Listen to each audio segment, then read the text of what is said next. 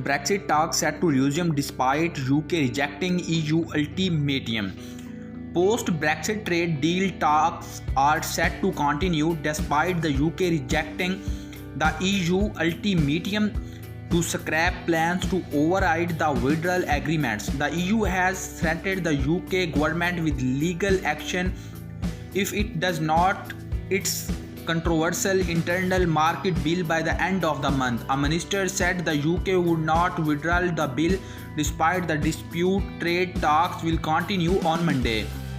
It comes as angry Tory backbench MPs launched a bid to amend the bill. Boris Johnson proposed internal market bill, which will be informally debated by MPs in the House of Commons for the first time on Monday, addresses the Northern Ireland Protocol, an element of the Brexit withdrawal agreement designed to prevent a hard border returning to the island of Ireland. The new law would give UK ministers the power to modify or display rules relating to the movement of goods that will come into force from 1 January if the UK and EU are unable to strike a trade deal.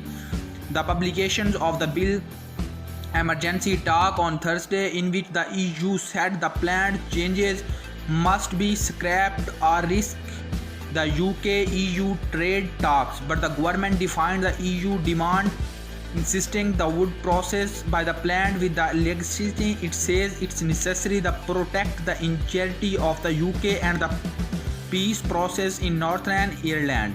Time and trust are running out. When it comes to Brexit, all are interlinked. EU-UK trade talks, the process to implement their divorce deal, negotiations, fishing rights, UK financial services. What happens in one area very much affects progress in others.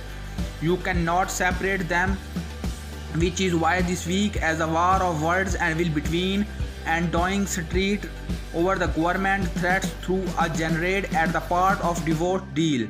Everyone thought turned immediately to the trade talks between the two sides. Could they survive? In fact, they limp on.